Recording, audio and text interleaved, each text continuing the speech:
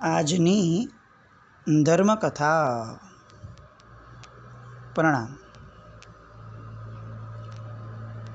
રામાયણ એક એવો ગ્રંથ, એક એવો ઇતિહાસ, એક એવો ગૌરવવંતું પાનું ઇતિહાસનું કે જેની તોલે કદાચ બીજી બધી જ કથાઓ, બીજી બધી જ વાતો વામણું લાગે. એવું કહેવાય છે કે ભારતની અંદરમાં ઘરે ઘરે રામાયણ અને મહાભારત વંચાતા હતા, ભગવદ્ ગીતા વંચાતી હતી. આર્યાવર્ત અતિશય સમૃદ્ધ હતો, ફક્ત ધનથી નહીં, વિદ્વત્તાથી પણ, સમજણથી પણ, વિનય વિવેક આદિ ગુણોથી પણ. સંસ્કારો અને ઘડતર એ લોકોની રગરગમાં વ્યાપતું હતું.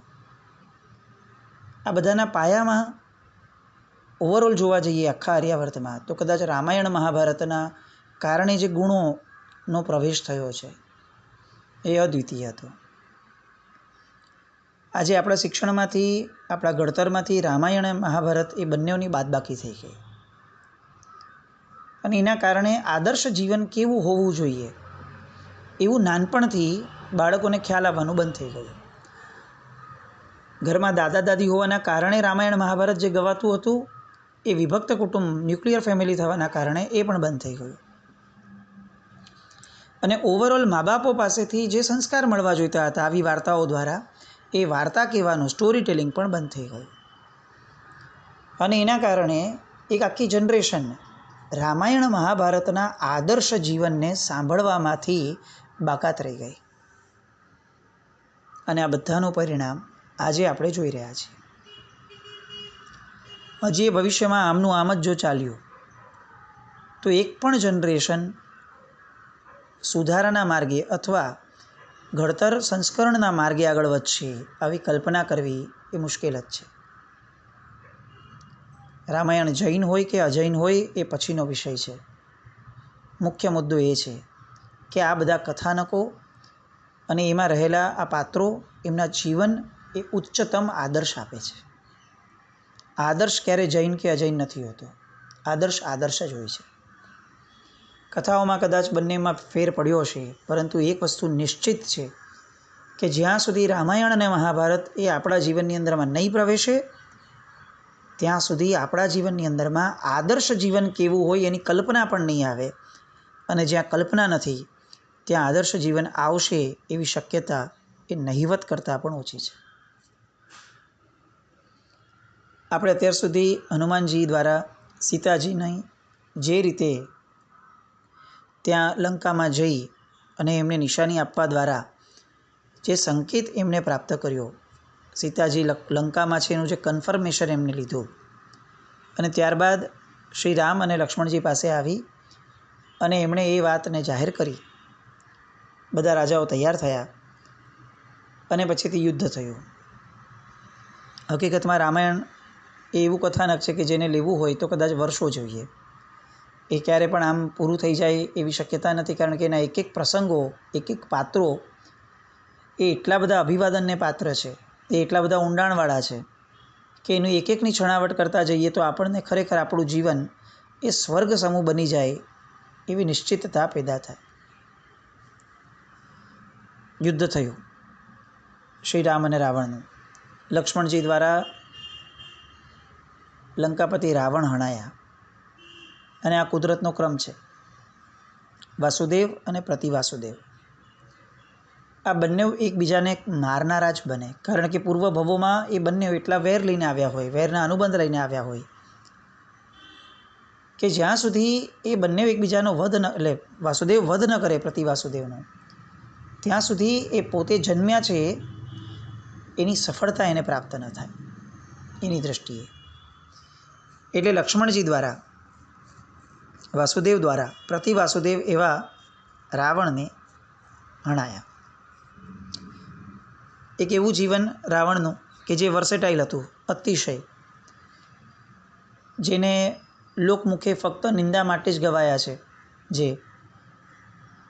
પરંતુ આપણા જૈન પદ્ધતિના રામાયણ જૈન મતીના રામાયણ પ્રમાણે અને કદાચ અજૈન રામાયણ પ્રમાણે પણ રાવણના બીજા જે ગુણો એને ઉપસાવાયા છે એ દિશા તરફ દ્રષ્ટિ કરીએ તો આપણને ખરેખર એવું લાગે કે રાવણ તો આપણા કરતાં તો કરોડો ગણા સારા જીવનને જીવ્યા હતા. દંભ ન હતો, પ્રાયશ્ચિત હતું. જે પણ પાપ થતું હતું રોજ ને રોજ એનું પ્રાયશ્ચિત પરમાત્મા પાસે મુનીશ્વર સ્વામી ભગવાન, શાંતિનાથ ભગવાન એ બંનેની જીન પ્રતિમા જેમના ગૃહ ચૈત્યમાં હતી એમની પાસે અનરાધાર રુદન સાથે પોતાની દરેક ભૂલોનો પશ્ચાતાપ અને ભૂલમાંથી પોતાને બાકાત રહેવા મળે આવું સત્વ એની માંગણી તેઓ કરતા હતા. આપણી પાસે તો એ પણ નથી.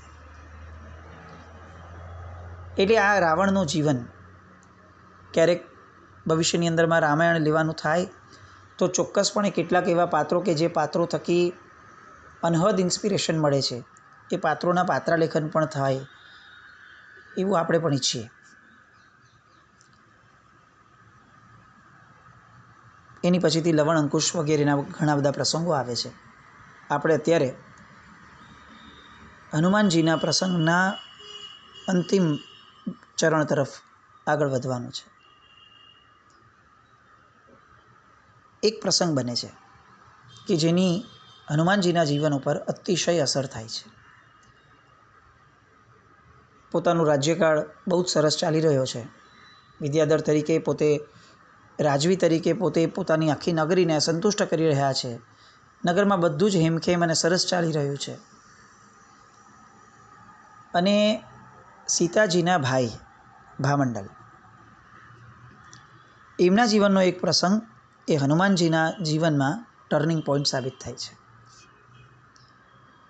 ભામંડલનું મૌન, એનું મન એ વૈતાઢ્ય વિજયની યોજનામાં ગૂંથાયું હતું. અયોધ્યામાં આવતા રામ વગેરે, શ્રીરામ વગેરે અને સીતાજી વગેરે બધા જે પાછા ફર્યા ત્યાર પછીથી સીતાજી જે છે એમનું જીવન લવણ અંકુશ વગેરેની સાથેના જે પ્રસંગો એ બધું વિચારતા ભામંડલને પણ કેટલોક વૈરાગ્ય પ્રગટ્યો હતો. સીતાજીની દીક્ષા થયા પછીનો આ પ્રસંગ છે. ભામંડલ એમને વંદન કરવા જાય છે અને એમને વિનંતી કરે છે કે આર્યા સીતાએ ઘોર તપશ્ચર્યાથી જે દેહનું દમન કર્યું છે એની હું અનુમોદના કરું છું. સીતાજીને અત્યંત બહુમાનથી એ વાંદે છે, શ્રી રામ પાસે આવે છે અને શ્રી રામને કહે છે કે મોક્ષ માર્ગની આરાધનામાં એ એટલા જબરદસ્ત રથ છે, એમનું પ્રસન્ન નિર્વિકર જીવન છે, કોઈ વિષયોની સ્પૃહા જાણે ન હોય, કોઈ કશાયોની કાલીમાં ન હોય, આવું સીતાજીનું જીવન છે. અને માનવ જીવનની સફળતા સીતાજીએ પ્રાપ્ત કરી લીધી હોય એવી પવિત્રતામય એમની જીવનની ધારા છે. ભામંડલ બોલતા બોલતા એમની આંખોથી હર્ષના આંસુ છલકાવા લાગ્યા. ભાઈ છે અને પોતાની બહેનને આટલી પવિત્ર ધારામાં જોઈ છે એટલે એને પણ એ ભાવ સ્પર્શે છે. અને એટલે આગળ વાત વધારતા કહે છે શ્રી રામને કે આર્યપુત્ર, સાચે જ મારું મન પણ આવા નિર્ગ્રંથ જીવન તરફ આકર્ષાય છે. માનવ જીવન તો જ સફળ બને જો એ માર્ગ ઉપર આપણા ડગ મંડાય. ભામંડલ બસ મનમાં આ જ ભાવને ત્યાંથી નીકળ્યા પછીથી પણ ઘૂંટીએ રાખે છે કે આ એક ઈચ્છા પૂર્ણ થઈ જાય મારી, બસ જે છે એ પછીથી હું ચારિત્ર લઈ અને નિષ્પાપ જીવન વ્યતીત કરીશ.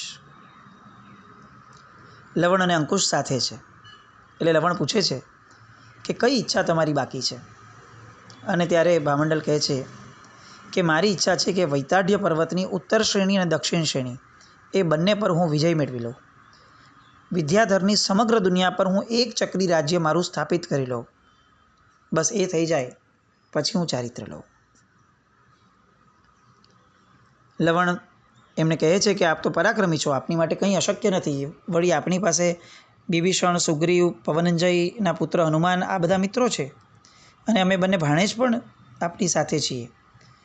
એટલે મામા વિજય યાત્રાનું મુહૂર્ત કઢાવો. ભામંડલ બહુ હસતા હસતા જવાબ આપે છે કે લવણ, વૈતાઢ્ય પર્વત પર આમ પણ એવા પરાક્રમી રાજા થોડાક જ છે. બાકીના મેજોરિટી મોટા રાજાઓ જે છે એ તો બધા રંગરાગમાં ડૂબેલા છે. એટલે વિજય તો સરળતાથી મેળવી શકાશે, એમાં ના નથી. અને આમ પણ આવા પરાક્રમી વ્યક્તિઓ જ્યારે આપણી સાથે હોય ત્યારે વિજય પર શંકાનું કોઈ સ્થાન જ નથી. બસ કંઈક સહજપણે એ ઘટનાના મંડાણ થાય એની જ રાહ જોવાય છે. બધાની સાથે લવણ વાત કરે છે, પોતે આગળ વધીને, સુગ્રીવ, લક્ષ્મણજી વગેરેને. બધાને એવું લાગે છે કે ભામંડલની આ ઈચ્છા આપણે પૂરી કરશું. અને બધા ભેગા થઈ રતનપુર આવે છે, મંત્રીમંડળને બોલાવે છે, ગુપ્ત મંત્રણાઓ કરે છે. મંત્રીમંડળ પણ વૈતાઢ્ય વિજયની આ યોજનાની અંદરમાં એકદમ કાર્યરત થઈ જાય છે. દિવસો વીતે છે. હવે બસ કેટલાક જ સમયની જાણે વાર છે અને ભામંડલનું મન સતત વૈતાઢ્ય વિજયની યોજનામાં ગૂંથાયેલું છે. અને એવામાં એક દિવસ એ મહેલની અગાસીમાં ઊભા છે. સંધ્યાના રંગો નિહાળી રહ્યા છે આકાશમાં ઊભાને. અને રંગો નિહાળતા નિહાળતા અચાનક એમના મનની અંદરમાં એમની બહેન આર્યા સીતાજી એ એમની કલ્પના સૃષ્ટિમાં આવે છે. એમને યાદ આવે છે કેવું અદ્ભુત જીવન, આત્માના કલ્યાણ કરનું એવું જીવન. હું પણ એવું જ જીવન ચાહું છું. બસ એકવાર આ સમગ્ર વૈતાઢ્યનો સ્વામી બની જાઓ, બધે જ યથેચ્છ વિચરી શકું મારી ઈચ્છા પ્રમાણે, અને પછી હું શ્રમણ બનું. શ્રમણ બનીને ઘોર તપશ્ચર્યા કરું, ઇન્દ્રિયોનું દમન કરું, દિવસોના દિવસો સુધી ધ્યાનસ્થ દશામાં રહું, કષાયોનું શમન કરું, કર્મના બંધનોથી મુક્ત થવા માટે સતત પુરુષાર્થ કરું. આવી બધી ઈચ્છાઓ એમના મનની અંદરમાં કલ્પના સૃષ્ટિની જેમ રમી રહી છે. આ વિચારોમાં ભામંડલ લીન હતા. અગાસીમાં એકલા ઊભા છે રાજમહેલની.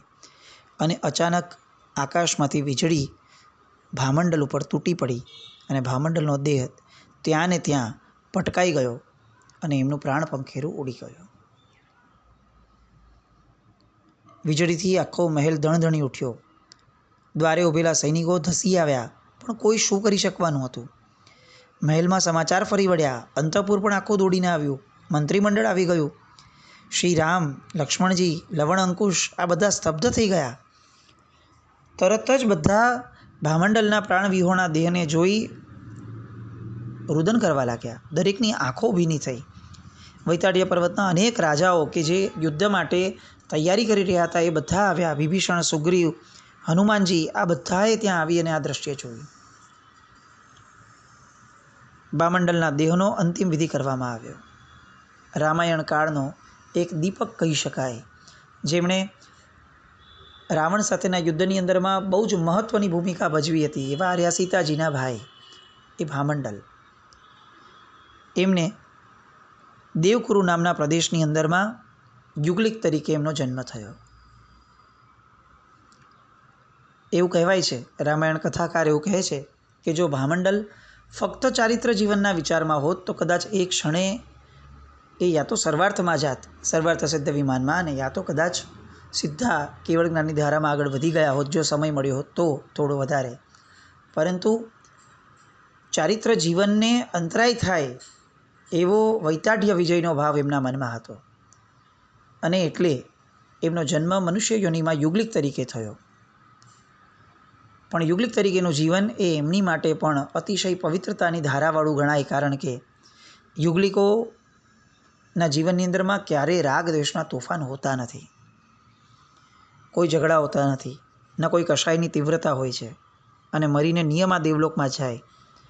આવી રીતે પોતાની જે ઉચ્ચતમ ભાવના હતી સીતાજીના ઇન્સ્પિરેશન દ્વારા, એ ભાવનાને કારણે એમનો અંતિમ સમય એ એવો ગયો કે આવું આકસ્મિક મૃત્યુ થવા છતાં પણ પોતે યુગલિક નામની એક પવિત્ર ગતિને પોતે પામ્યા.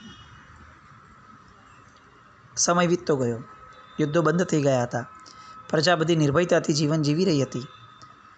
અને પ્રજાને મોક્ષ માર્ગ બતાવે એવા ધર્મગુરુઓ ધર્મનો ઉપદેશ પણ આપતા હતા. મહારાજા ભરત અને સીતાજીના ત્યાગ પછીથી તત્કાલીન ભારત ઉપર ત્યાગની ભાવના બધાના મનની ઉપર ઘેરી થઈ રહી હતી. હજારો નિર્ગંધ સાધુ પુરુષો ભારત ભૂમિ ઉપર વિચરી રહ્યા હતા અને ત્યાગ પ્રધાન એવી ભવ્ય સંસ્કૃતિ એની અંદર પ્રજા પણ સરસ રીતે ઘડતરને પામી રહી હતી. આ બાજુ હનુપુરના વિશાળ રાજ્યને હનુમાનજી પોતે સંભાળી રહ્યા હતા. ભામંડલના મૃત્યુ પછીથી એમના જીવનની અંદરમાં કેટલીક વિચારણાઓ એ દ્રઢ થતી ગઈ. વિશેષપણે હવે ધર્મ તરફની રુચિ એમની વધવા લાગી. એટલે અવારનવાર સમેત શિખર, મેરુ વગેરે તીર્થોની યાત્રા કરવા જતાં આત્માની પ્રસન્નતા મેળવતા અને અંતર્મુખતા એ એમના જીવનમાં ખૂબ ઊંડાણપૂર્વક હવે વસી ગઈ હતી. ક્યારેક ક્યારેક તેઓ અનંત ભૂતકાળના વિચારમાં ઉતરી જતા, તો ક્યારેક ક્યારેક વણ જોયેલા અનંત ભવિષ્યના વિચારોની અંદરમાં ચિંતનમાં ડૂબી જતા. જ્યારે જ્યારે કોઈ જ્ઞાની મહાપુરુષના દર્શન થતા ત્યારે તેઓ ઉપદેશ સાંભળવા જતા અને પરમાત્માના તત્વોના શ્રવણની અંદરમાં લીન બની જતા. આમ કરતાં કરતાં આધ્યાત્મિક જીવનનું એક પરિવર્તન બહુ દ્રઢપણે બેસ્યું. જે વ્યક્તિ ખૂનખાર યુદ્ધો ખેલવા માટે પ્રચલિત હતા એવા હનુમાનજી હવે આત્મનિષ્ઠ બનતા જતા હતા. એક દિવસ તેઓ મેરુ પર્વત ઉપર યાત્રા માટે ગયા. ત્યાં આવેલા જીન મંદિરો, જીન મૂર્તિઓના દર્શન, વંદનને પૂજન કરી રહ્યા હતા. પાછા ફરી રહ્યા હતા અને ત્યાં જ એમણે અસ્ત થતા સૂર્યને જોયો. પોતે વિમાનમાં છે, વિમાનને થોભાવી દીધું. આજે આ અસ્ત થતો સૂર્ય, જે રોજ અસ્ત થતો હોય છે, પણ આજે અસ્ત થતો સૂર્ય એ હનુમાનજીને કંઈક વિશેષપણે સ્પર્શી રહ્યો હતો. કારણ કે આ યાત્રાઓના કારણે, પરમાત્મા ભક્તિના કારણે એનું મન એટલું બધું હળવું થયું હતું. એમની હળુકર્મિતા એટલી બધી આગળ વધી ગઈ હતી કે હવે એમને આ અસ્ત થતા સૂર્યમાંથી પણ કેટલીક વિચારણા અને કેટલાક સંદેશાઓ પ્રાપ્ત થતા હતા. એવું કહેવાય છે કે નિસર્ગનું મહાશાસન એટલે કે આ કુદરત એ એવું તત્વ છે કે જે તત્વ દ્વારા આ જગતની અંદરમાં ધર્મની પ્રરૂપણા નહીં પણ પદાર્પણ થયું છે, ધર્મનો જન્મ થયો છે. અનંત તીર્થંકરો, ભગવંતો પણ આ નિસર્ગના મહાશાસનના જે નિયમો છે એ જ નિયમોને દેશનામાં છતા કરે.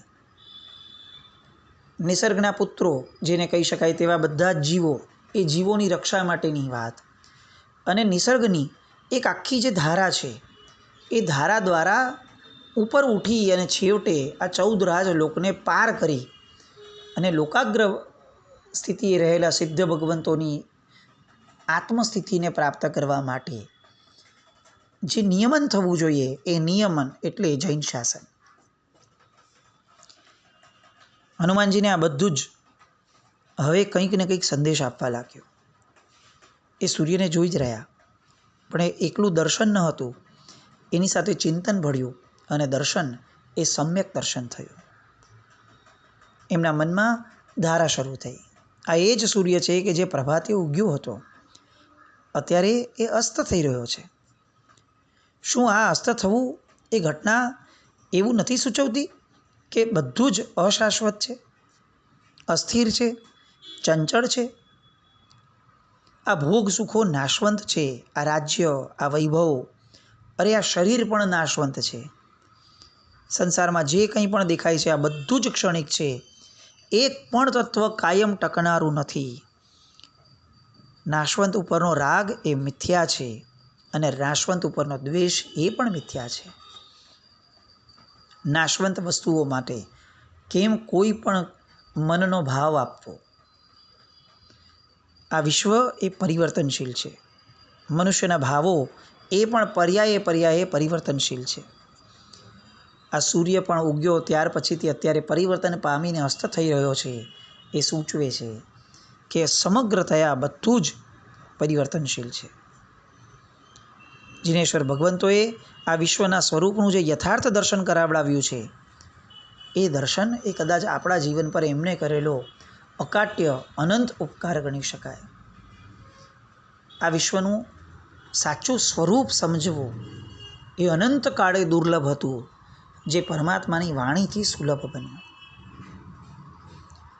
લોકો આ નાશવંત પ્રત્યેના રાગમાં અને દ્વેષની અંદરમાં કેવા ઝૂરી રહ્યા છે એનું દર્શન ફક્ત અને ફક્ત પરમાત્માના આગમો, પરમાત્માની વાતોના ચક્ષુથી જ્યારે કરવામાં આવે ત્યારે જ કરી શકાય એવું છે. અને જિનેશ્વર ભગવંતે જે સ્વરૂપ બતાવ્યું છે એ સ્વરૂપનું પ્રતીક જ એ છે કે આ સૂર્ય અસ્ત થઈ રહ્યો છે, કારણ કે રોજ ઉગે છે અને રોજ અસ્ત પામે છે. એ જાણે આપણને કહેવા માટે આ ક્રમ થાય છે કે મનુષ્યો, તમે આ વિશ્વની વિનશ્વર સ્થિતિનું ભાન પામો. મને જાણે આ સંદેશ સંભળાઈ રહ્યો છે, મને આ સત્ય આજે સમજાઈ રહ્યું છે. શા માટે અને કોના માટે આ રાજ્ય મારે ચલાવવું, કોના માટે મારે આ યુદ્ધ કરવા, કોના માટે મારે આ ભોગ સુખોને ભોગવવા, કોના માટે મારે આવા પાપ બાંધવા, કોના માટે મારે આ કષાયોને પોષવા. જ્યારે બધું જ નાશવંત છે, કોઈ જ મારું નથી, આ દેહ પણ જ્યારે મારો નથી, તો આ બધાને સાચવીને શું અર્થ છે? એની પાસે સમય વેડફી શું અર્થ છે? એની પાસેથી હવે મારી કઈ કલ્પના અને કઈ અપેક્ષાઓ રાખવી કે જે મેળવવા માટે મારે આ મનુષ્ય ભાવનો કિંમતી સમય વેડફવો? ભગવાનની આજ્ઞા, એને જ પરમ તત્વ ગણી એના શરણે જવું, ચતુશરણનો સ્વીકાર કરવો, એ જ ખરેખર મનુષ્ય ભાવમાં કર્તવ્ય છે. આવી બધી વિચારધારાઓ હનુમાનજીના મનમાં ચાલી રહી છે. એ એમના મનમાં ચાલી રહી છે અને આપણા મનમાં ક્યારેય ચાલતી નથી. આ બેનું જે અંતર છે ને, એ અંતર જ એ આપણા સંસારનું મૂળ કારણ છે. હનુમાનજીની આગળની ધારા શું હતી અને કઈ રીતે એમના નિર્વાણ તરફની આખી ગતિ થાય છે, એ બધી વાતોને આવતીકાલે સંવેદીએ. ત્યાં સુધી આપણે પણ એમના ભાવોને કંઈક અંશે વિચારવાનો પ્રયત્ન કરીએ. આ નાશવંત પ્રત્યે ક્યાં સુધી આપણે રાગ અને દ્વેષ કરવા છે? જીનાજ્ઞાવૃત્ત કંઈ પણ બોલાયું હોય તો મિચ્છામિ દુક્કડમ. જૈનમ જયતિ શાસનમ.